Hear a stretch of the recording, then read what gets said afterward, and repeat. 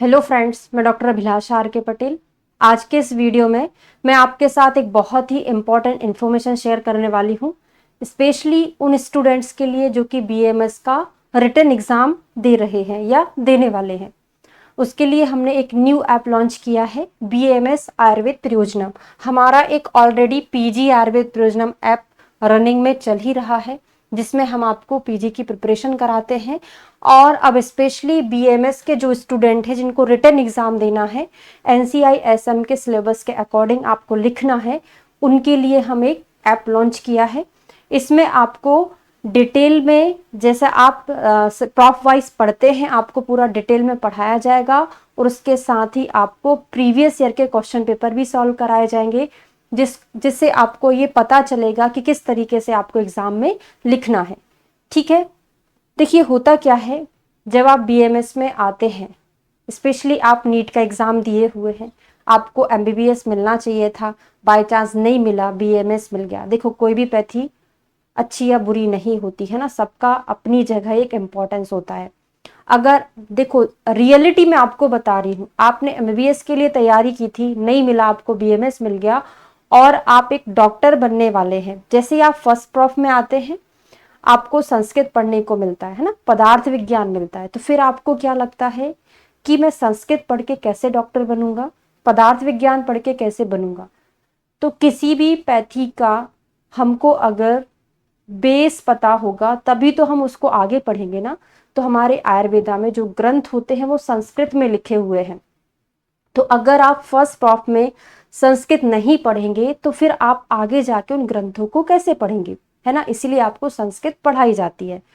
और अगर देखें तो फर्स्ट प्रॉफ में जब एनाटॉमी का डिसेक्शन होता है, आपको बहुत अच्छा लगता है कि हाँ भाई, वाकई में मैं डॉक्टर बनने वाला हूँ। देखो, शुरुआत में आपको लगता है, थोड़ा सा डिमोरलाइज होते हैं कि पता नहीं किस तरीके से मैं डॉक्टर बनूंगा, है ना, ये ऐसी पढ़ाई में कैसे क्या करूंगा। तो वो सारी चीज़ें जैसे ही आप आगे बढ़ते जाएंगे, आपको सारी प्रॉब्लम जो है, सारी प्रॉब्लम सॉल्व होती जाएगी। ठीक है ना। तो इसके लिए क्या होता है कि आप एक साल इसको ऐसे ही निकाल देते हैं, उसी के टेंशन में, उसी के सदमे में रहते हैं कि भाई मेरा एमबीबीएस निकलना चाहिए था, वो नहीं निकला, मुझे बीएमएस मिल गया, तो एक साल हो गया, फिर आपका एग्जाम आने वाला रहता है। फिर आपको बहुत टेंशन होती है कि एग्जाम आने वाला है, मुझे तो ये भी नहीं पता वात पित्त कफ क्या होते हैं, मैं कैसे लिखूंगा, किस तरीके से उसमें क्वेश्चंस पूछे जाते हैं, ये भी आपको नहीं पता रहता। ठीक है, तो बहुत सारे बच्चों ने रिकमेंड किया था कि हमको किस तरीके से लिखना रहेगा, वो सारी चीज़ें भी आप पढ़ाएंगे तो बहुत अच्छा होगा। वैसे प्री पीजी की जो प्रिपरेशन होती है उसमें आपको पूरा पढ़ाया जाता है, आपको किस तरीके से लिखना, वो सारी चीज़ें वहाँ कवर होती है। लेकिन कुछ बच्चों को ये लगता है कि श्लोक श्लोक पढ़ने से कुछ नहीं होता, आप हमको इतना बताओ कि ये क्वेश्चन आएगा, इसमें हमको पर्टिकुलर आंसर कितनी लाइन में लिखना है, कितना लिखना है। तो उसके लिए ये ऐप पर्टिकुलर लॉन्च किया है और इसमें हम आपको सारी चीज़ें समझाएंगे। ठीक है, तो सबसे पहले क्या है, अगर मैं आपको थ्योरी डायरेक्ट पढ़ाना शुरू करती तो आपको समझ नहीं आता कि भाई ये जो थ्योरी पढ़ा रहे हैं इसमें किस तरीके से क्वेश्चन बनेंगे, हमको कैसे लिखना है। तो फिर मैंने क्या सोचा कि आपको पहले पिछले 5 साल के क्वेश्चन पेपर सॉल्व कराए जाए। तो हम फर्स्ट ईयर से शुरुआत करेंगे, क्रिया शारीर से। तो आपको पूरा क्रिया शारीर, रचना शारीर, आयुर्वेद का इतिहास, पदार्थ विज्ञान, जो जो आपके फर्स्ट ईयर में सब्जेक्ट है, उन सभी को हम पर्टिकुलर एक एक साल के जो दो दो पेपर होते हैं उनको पूरा सॉल्व करेंगे। और यकीन मानिएगा, अभी तक मैंने 5 पेपर सॉल्व करा दिए हैं। यूट्यूब पर ये फर्स्ट वीडियो अपलोड कर रही हूँ मैं। तो इसमें क्या है, मैंने क्या देखा कि 5 साल में आपका जितना भी सिलेबस है क्रिया शारीर का अभी कंप्लीट कराया है, तो क्रिया शारीर में उन 5 सालों में जितने क्वेश्चन है, सारा सिलेबस उनके अंदर ही कंप्लीट हो गया है। ठीक है, तो अगर आप पहले पेपर सॉल्व करेंगे, उसके बाद जब मैं आपको थ्योरी पढ़ाऊंगी तो आप उस थ्योरी के अच्छे से ओरिएंटेड तरीके से पढ़ पाएंगे कि मैं जो थ्योरी पढ़ रहा हूं उसमें से किस तरीके से क्वेश्चन बनते हैं। तो अगर आप बहुत टेंशन में हैं, इस तरीके से आप एग्जाम को निकाल सकते हैं, तो वो सारी चीज़ें आपको हमारे ऐप पर अवेलेबल होंगी। और इसमें क्या होता है, जैसे मैं आपको पेपर ओपन करके दिखाती हूँ।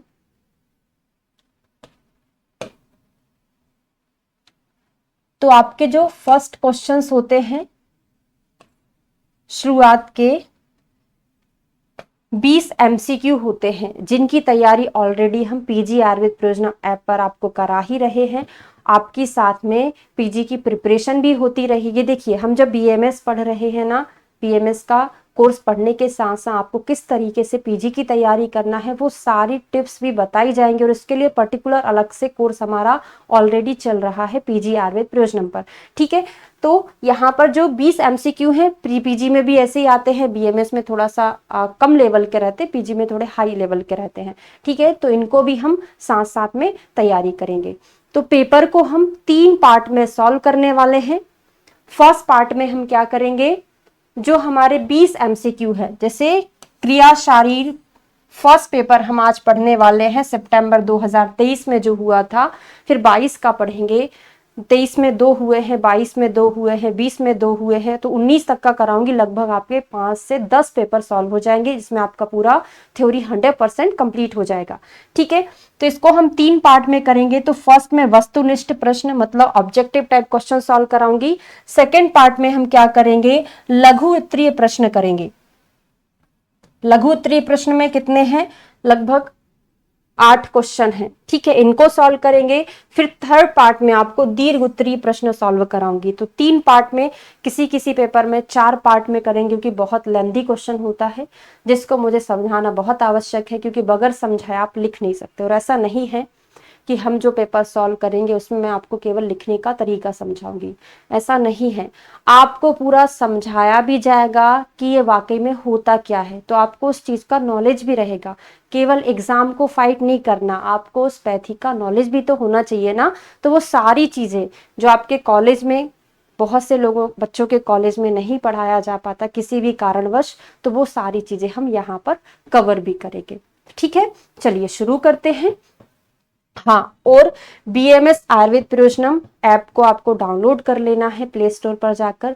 अभी मैं ये वीडियो पीजी आयुर्वेद परियोजनम ऐप के चैनल पर अपलोड कर रही हूँ। आपको बीएमएस आयुर्वेद परियोजनम यूट्यूब चैनल को सब्सक्राइब करना है, क्योंकि आगे से ये वीडियो उसी चैनल पर अपलोड किए जाएंगे, तो ध्यान रखिएगा। ठीक है, चलिए शुरू करते हैं। तो पहले आपको सारे प्रीवियस ईयर के क्वेश्चन पेपर सॉल्व कराऊंगी 5 से 8 साल तक के, उसके बाद हम इनका थ्योरी डिटेल में पढ़ना शुरू करेंगे। तो यहाँ पर आपको डिटेल देखना है, सभी प्रश्न करना अनिवार्य है। प्रश्नों का आवश्यकता अनुसार सचित्र वर्णन करें। अगर आप डायग्रामेटिक तरीके से क्वेश्चन को प्रेजेंट कर रहे हैं, आंसर को, तो एग्जामिनर जो है उसको सारा चीज स्पष्ट दिखता है कि इसमें मुझे कितनी मार्किंग करना है, ये बच्चे ने क्या लिखा है, क्या समझाना चाह रहा है। तो सचित्र वर्णन करें, लेकिन जिसमें आवश्यक हो उसी में करें, अन्यथा जिसमें आवश्यक नहीं आपने उसमें चित्र बना दिए तो आपके नंबर कट सकते हैं। प्रश्न पत्र के खाली भाग पर कुछ भी ना लिखें, अन्यथा अनुचित साधन का प्रयोग माना जाएगा। ठीक है, विद्यार्थी प्रश्नों के उत्तर हिंदी अथवा अंग्रेजी दोनों भाषाओं में लिख सकते हैं। ये बहुत अच्छा है भाई, है ना। जो हिंदी मीडियम के बच्चे हैं वो हिंदी में लिखना है, जो इंग्लिश के हैं वो इंग्लिश मीडियम और इंग्लिश वाली हिंदी में भी लिख सकते हैं। या फिर आप ऐसा भी लिख सकते हैं कि आपको हिंदी और इंग्लिश मिक्स करके लिखना। जैसे टर्मिनोलॉजी आपको क्या लिखना है इंग्लिश में, बाकी होता है। जैसे ये कार्डियक साइकिल है, इसमें इतनी फेजेस होती हैं, तो आप कार्डियक साइकिल को हृदय चक्र तो नहीं लिखोगे ना, तो टर्मिनोलॉजी इंग्लिश में यूज करके आप इस तरीके से उसको लिख सकते हैं। ठीक है, चलिए शुरुआत करते हैं। तो पहला पार्ट जो हमारा क्रिया शारीर फर्स्ट पेपर 2023 का है, उसमें हम एमसीक्यू सॉल्व करने वाले हैं। ठीक है, तो फर्स्ट क्वेश्चन है, बपू किसका पर्याय है?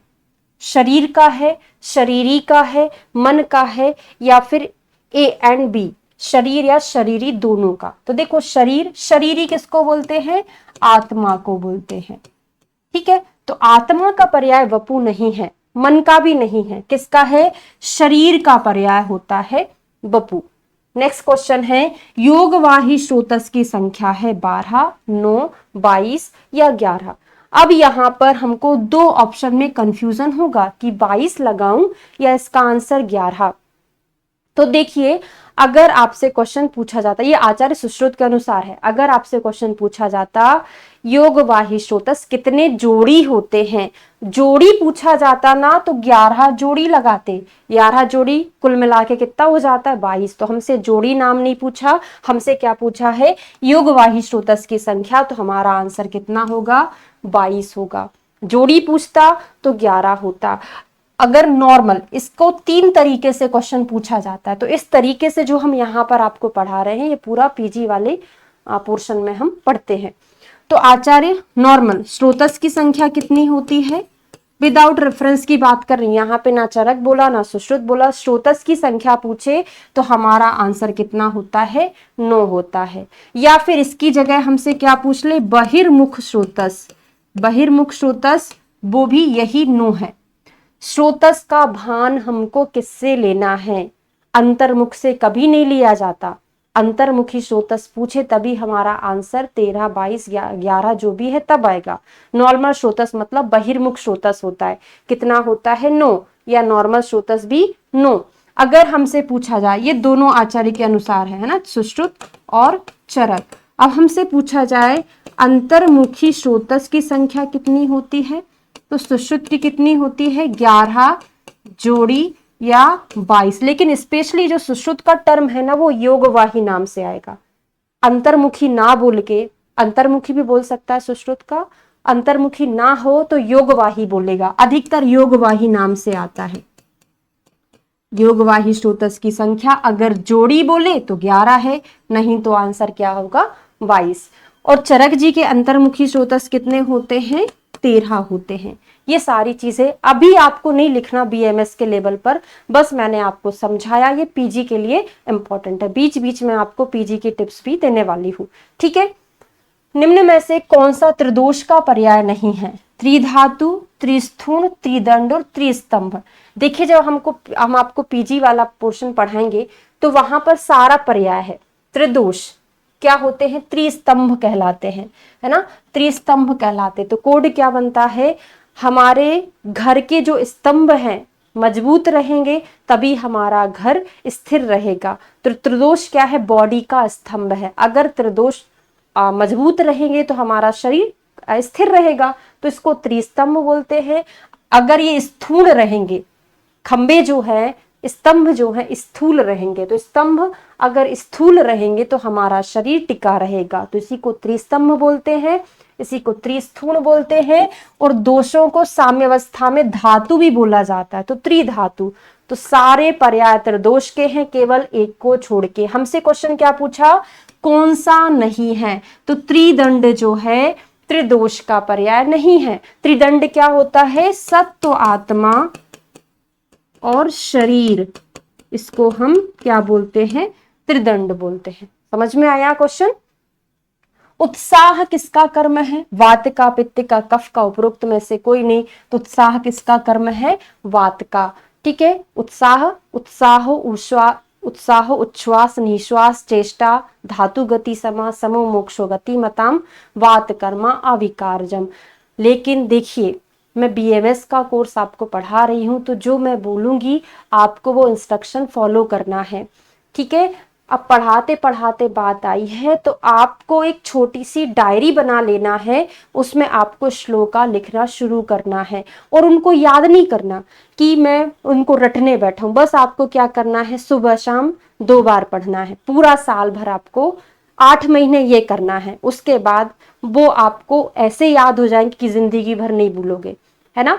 तो क्या क्या लिखेंगे डायरी में, बस पढ़ना और फिर मुझे बताना है कि आपको वो चीजें याद हुई कि नहीं हुई। अगर आप इस तरीके से श्लोका याद करोगे, आप जब प्री पीजी की प्रिपरेशन करोगे तो आपको बहुत फायदा होने वाला है। आपको बहुत सारी चीजें तो श्लोका से याद हो जाती है ना, वहां पे आपको ट्रिक बनाने की कम जरूरत पड़ेगी। तो क्या लिखेंगे आप, वात, पित्त और कफ के गुण लिखेंगे। कहां से लिखेंगे, चरक सूत्र स्थान के फर्स्ट चैप्टर में दिया है, लेकिन हमारे क्रिया शारीर के नोट्स है उसमें आपको मिल जाएगा, है ना। तो वात पित्त कफ कौन कौन सा है, तत् रुक्षित लघु सूक्ष्म अथ चल विशदा खरा सहिष्णुम उष्णम तीक्ष्णम च द्रवम अम्लम सरम कटु चरक संहिता के हैं तीनों, ये लिखोगे। फिर वात पित्त कफ के कर्म लिखोगे, कौन कौन सा उत्साह, उच्छ्वास, निश्वास वाला, ये हो गया। दूसरा पित्त का दर्शनम पक्ति उष्मा क्षुधा तृष्णा देहम मार्दवम, ये भी चरक संहिता का है। कफ का क्या होगा, स्नेहो बंधा स्थिरतम च गौरवम विस्ताबलम, ये चरक सूत्र स्थान के 18वें चैप्टर का रेफरेंस है, देख लीजिएगा, या 20वें, है ना, दोनों में मिल जाएगा आपको, 18 में मिलेगा या 20 में, मुझे एग्जैक्ट अभी याद नहीं आ रहा। ठीक है, तो आपका होमवर्क है, आपको 6 श्लोक लिखना है और मुझे सुनाना है। ठीक है, चलिए। तो उत्साह किसका कर्म है, वात का। तो आपको उस तरीके से ही पढ़ाया जा रहा है कि आपको श्लोक का कौन कौन से याद करना है। ठीक है, महाजवा किसका पर्याय है, प्राणवायु, व्यान वायु, समान वायु, उदान वायु। तो बागभट्ट जी ने, आचार्य बागभट्ट ने व्यान वायु को महाजवा बोला है। कृष्ण देहचरी महाजवा, सारे शरीर में ये विचरण करता है। रंजक पित्त का स्थान क्या है, यकृत, प्लीहा, आमाशय, उपरोक्त सभी। लास्ट तक का ऑप्शन जरूर पढ़ना है, क्योंकि यकृत, प्लीहा किसी और आचार्य ने बोला, किसने बोला, सुश्रुत का ही ले लो, बाकी का और बहुत से आचार्य ने बोला है। आमाशय किसने बोला, बागभट्ट ने बोला, है ना, ये सुश्रुत चरक ने बोला, यकृत, प्लीहा, तो ये तो है। साथ में आमाशय बागभट्ट जी ने बोला, आमाशयो आश्रयम पित्तम रंजकम रस रंजनात्, आचार्य बागभट्ट का श्लोक है। और ये प्री पीजी में बहुत ज्यादा पूछा गया क्वेश्चन है। ठीक है, तो उपरोक्त सभी हमारा आंसर होगा। नेक्स्ट है कफ दोष का प्रमाण कितना होता है, 5 अंजलि, 6 अंजलि, 7 अंजलि और 4 अंजलि। तो कफ दोष का प्रमाण, तो हम तीनों दोषों का प्रमाण याद कर लेते हैं, वात, पित्त, कफ। वात का तो कोई प्रमाण नहीं बताया, पा से पित्त, पा से 5 नहीं लगाना, सॉरी, पा से पित्त, पा से कितना होता है, 5 होता है, और कफ का कितना होता है, 6 होता है। पा से पित्त 5 ही है, क्योंकि पुरीश में हमको कंफ्यूजन होता है ना, मूत्र, पुरीश और स्वेद, मूत्र, पुरीश और स्वेद। तो मूत्र का कितना होता है, 4, पुरीश का 4 में 3 जोड़ा 7, फिर स्वेद का 10। तो 4 में 3 जोड़ा तो 7 हो गया, 7 में 3 जोड़ा तो कितना हो जाएगा, 10 हो जाएगा। तो आपको तीनों मलों का भी याद हो गया, मूत्र, पुरीश, स्वेद। यहाँ पे वात का होता नहीं, पित्त का 5 है, कफ का 6 है, तो कफ का कितना हो जाएगा, 6 अंजलि हो जाएगा। संज्ञा मोह किसका लक्षण है, वात क्षय का, वात वृद्धि का, पित्त वृद्धि का और पित्त क्षय का। तो संज्ञा, वात का कर्म क्या है, फिर से हमको जरूरत पड़ गई ना श्लोक की, उत्साह, उच्छ्वास, चेष्टा, धातु, गति, समा, चेष्टाएं कराना, धातु को समान रखना, उत्साह रखना, ये सारा वायु कराता है।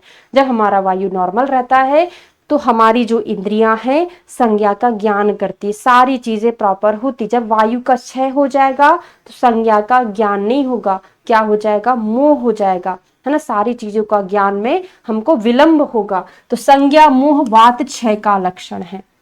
ठीक है, पूर्व रूप की उत्पत्ति किस क्रियाकाल में होती है, आगे जाके डिस्क्रिप्शन में हम षड क्रियाकाल पढ़ने वाले हैं, वहां पर मैं बताऊंगी। जो स्थान षड क्रियाकाल में षड है, संचय, प्रकोप, प्रसर, स्थान, संशय, व्यक्त अवस्था, भेदावस्था, डिटेल में पढ़ेंगे, है ना, नेक्स्ट वीडियो में। तो जो पूर्व रूप की उत्पत्ति होती वो 4th क्रियाकाल में होती, जिसको हम क्या बोलते हैं, स्थान, संशय अवस्था बोलते हैं। हंस समानुक लक्षण किसका है, वातज प्रकृति, कफज प्रकृति, पित्तज प्रकृति, सम प्रकृति। तो हंस कैसा चलता है, बहुत मंद मंद चलता है। सर्प के समान पूछ ले, जलौका के समान पूछ ले तो वात प्रकृति का होता है। हंस के समान कफ प्रकृति का होता है। मंडूक के समान, मेंढक के समान उछलना, कूदना, वो किस में मिलता है हमको, पित्तज प्रकृति में मिलता है। मानस प्रकृति के भेद कितने होते हैं, तो 16 मानस प्रकृति होती है। चरक जी ने सूत्र स्थान के 4th नंबर के चैप्टर में बताया। सुश्रुत जी ने शारीर स्थान के, एक बार इसको देख लेना है ना, मुझे कंफ्यूजन हो रहा है, कहीं सुश्रुत ने शारीर 4 में बताया शायद, ठीक है, चरक ने भी शारीर 4 में ही बताया है। मानस प्रकृति कितनी होती है, 16। बाकी देहस प्रकृति कितनी है वो सब आप जानते हैं, देहस प्रकृति कितनी होती है, 7 होती है। चरक जी ने विमान स्थान के 8वें चैप्टर में बताया है। ठीक है, परिणाम धातु साम्य कर किस आहार परिणाम कर भाव के लिए कहा गया, तो आहार परिणाम कर भाव कितने होते हैं, ऑब्जेक्टिव टाइप में पूछा जाता है प्री पीजी में, तो कितने होते हैं, 6 होते हैं। कौन कौन से होते हैं, अग्नि, वायु, क्लेद, स्नेह का संयोग, कोड है ये, देखो 3 तो हमने वात पित्त कफ से याद कर लिए, वात से, पित्त में अग्नि होता है, कफ में क्लेद होता है। 3 हमने वात पित्त कफ से याद कर लिया, अग्नि वायु क्लेद। फिर कोड बनेगा स्नेह का संयोग, तो स्नेह से स्नेह हो जाएगा, का से हो जाएगा काल, और संयोग से क्या रहेगा, संयोग रहेगा। उनमें से परिणाम धातु साम्य करा किसका भाव है, वायु कराता है, काल कराता है, अग्नि कराता है, या संयोग कराता है। तो इसका आंसर क्या है हमारा, संयोग है, क्योंकि संयोग जो है वही प्रॉपर जो है आहार का परिणाम को प्राप्त करवाता है। बल के अनुसार अग्नि के भेद, तो चरक जी ने विमान स्थान के 6वें चैप्टर में बल के भेद से, बल भेद पर अग्नि के 4 प्रकार बताए हैं। तो ये ऑब्जेक्टिव टाइप में पूछा जाता है प्री पीजी में कि आचार्य चरक ने बल भेद से अग्नि के कितने प्रकार, 4 बताए हैं। कहां पर बताया, विमान स्थान के 6वें चैप्टर में बताया, रोगानिक विमान अध्याय में। 4 होते, कौन कौन से, विषमाग्नि, तीक्ष्णाग्नि, मंदाग्नि और एक समाग्नि, है ना, इस प्रकार से बता दिए। पित्तम अच्छम उदीरते किसके संदर्भ में कहा गया है, तो अवस्थापाक भी हम डिटेल में डिस्क्रिप्शन में पढ़ने वाले हैं, आगे जाके अवस्थापाक का वर्णन विस्तार पूर्वक कीजिए। उसमें 3 प्रकार का होता है अवस्थापाक, कौन कौन सा, मधुर अवस्थापाक, अम्ल अवस्थापाक और कटु अवस्थापाक। मधुर अवस्थापाक में कफ की उत्पत्ति होती है, अम्ल अवस्थापाक में पित्तम अच्छम उदीरते, ठीक है, और कटु अवस्थापाक में वात की उत्पत्ति होती है ना, पिंडीभूत वात की उत्पत्ति होती है किसमें, कटु अवस्थापाक पे। क्रूर कोष्ठ में किस दोष की प्रधानता होती है, तो 2 आचार्यों का मत भिन्न भिन्न है। चरक और बागभट्ट ने बोला क्रूर कोष्ठ में वात की प्रधानता होती है, लेकिन सुश्रुत जी ने क्या बोला, क्रूर कोष्ठ में वात और कफ की होती है ना। आंसर हमारे दोनों दिए हैं भाई, वात और कफ दिया है, वात भी दिया है। तो यहां पर किसकी चलेगी, कोष्ठ का वर्णन का चिकित्सा वाले करेंगे ना, तो कोष्ठ में प्रायोरिटी किसकी चलेगी, चरक की चलेगी, है ना। तो यहाँ पे इसलिए हमने पहला ऑप्शन चूज किया है चरक के अनुसार। सुश्रुत ने वात कफ बोला है, ठीक। Positive feedback does not occur, positive feedback जो होता है किसमें नहीं मिलता है हमको, in one of the following events, attenuation reflex, milk ejection reflex, blood coagulation और पार्चुरेशन। तो फर्स्ट वाला इसका आंसर है, एटीन्यूएशन रिफ्लेक्स में हमको पॉजिटिव फीडबैक नहीं मिलता है। टाइडल वॉल्यूम, ये तो कई बार रिपीट हुआ आपके बीएमएस के 5 साल के पेपर उठा के देख लेना, 3 साल में आया हुआ है, कितना होता है 500 ml। Major function of Auerbach plexus is regulate movements of GIT, regulate movement of respiratory, both A and B and none of the above. तो 18 का आपका आंसर है D, none of the, sorry हाँ, नन ऑफ द एबव, ए answer है इसका सही, है ना, ए आंसर इसका सही है, रेगुलेशन ऑफ जीआईटी। नेक्स्ट है, in hypothalamus thirst centre in situated in, जो थर्स्ट सेंटर होता है वो कहां पर रहता है, anterior nucleus, lateral nucleus, posterior nucleus और वेंट्रोमीडियल न्यूक्लियस। तो एंटेरियर न्यूक्लियस जो होता है वहां पे थर्ड सेंटर सिचुएटेड होता है। नेक्स्ट है, insulin promotes growth of body along with somatotropic hormones, thyroxine, cortisol और बोथ ए एंड बी। तो इसका आंसर क्या है, बोथ ए एंड बी। तो जो इंसुलिन होता है वो ग्रोथ के लिए रिस्पॉन्सिबल होता है, सोमैटोट्रोपिक हार्मोन्स एंड थायरोक्सिन। तो ये हमारा क्रिया शारीर 2023 के फर्स्ट पेपर का फर्स्ट पार्ट कंप्लीट हो गया है। नेक्स्ट क्लास में आपको मैं डिटेल में पढ़ाने वाली हूँ कि हमारे पास 8 क्वेश्चन हैं 5-5 नंबर के, तो आपको उनमें कितना लिखना है, किस तरीके से लिखना है, वो सारी चीजें और उसको याद भी करने का तरीका बताऊं किस तरीके से आपको याद करना है। तो इसके लिए आप PG Ayurveda Prayojanam app, VMS Ayurveda Prayojanam app को डाउनलोड कर लिए। पीजी भी कर सकते हैं क्योंकि उसमें ऑब्जेक्टिव तो आपको उसी से पढ़ना है ना, तो दोनों ऐप को आप डाउनलोड कर लीजिए और बीएमएस आयुर्वेद प्रयोजनम यूट्यूब चैनल को सब्सक्राइब कर लीजिए ताकि वहां पर आने वाले वीडियो आपको मिल सके। और प्लीज कमेंट करके जरूर बताइएगा आपको वीडियो कैसा लगा और शेयर भी करिएगा। Thank you so much.